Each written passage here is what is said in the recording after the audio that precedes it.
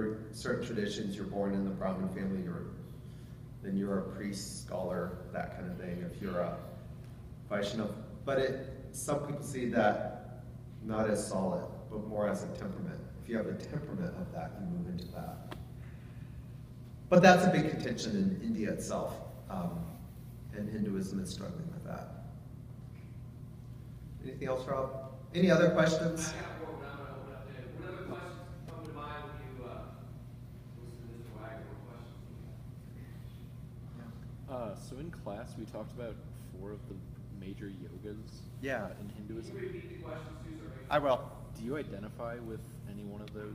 So he asked if I identify with any of the 4 major yogas. And if you're not familiar with that, the 4 major yogas are bhakti or devotion, karma or action, yoga. Yoga is what brings union within oneself, with God, with each other. So devotion, action, jnana or wisdom, knowledge, and raja, which is more meditation. You know,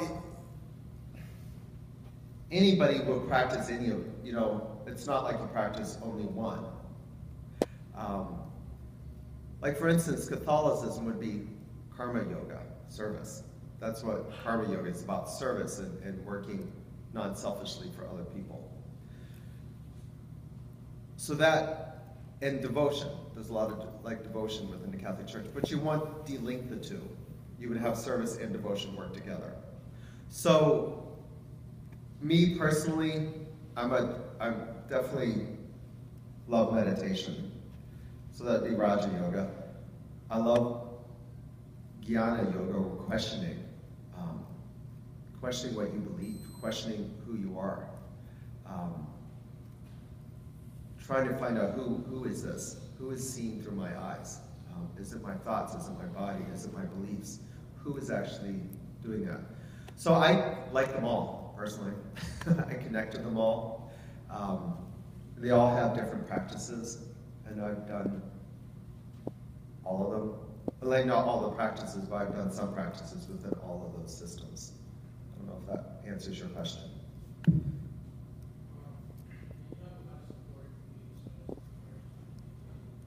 I can't hear you.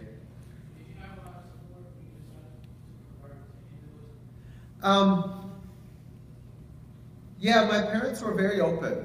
I always say my parents were very strong Catholics. They say the rosary every night. They were very old school, strong Catholics. But they weren't strict Catholics. So they saw that their kids had to walk their path. And oddly enough, they have 6 kids, 4 of us teach different versions of meditation.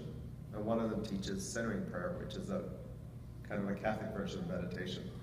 So that's a real strong tradition in our family, meditation.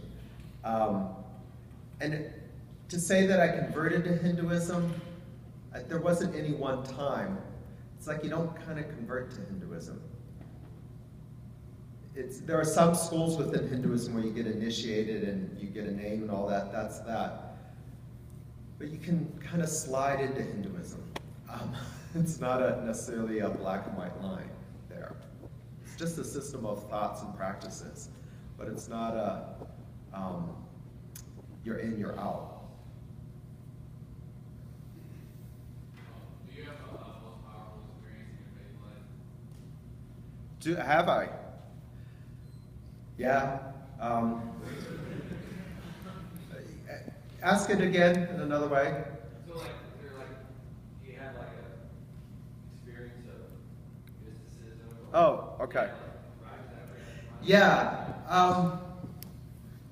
I've had several very transformative experiences. One of the earlier ones was when I was about 15. I'd been meditating for 3 years. And I remember it was just a summer. We had a cabin out in the woods that we would spend summers at. And I remember just for 2 weeks, something shifted in my perception of things. And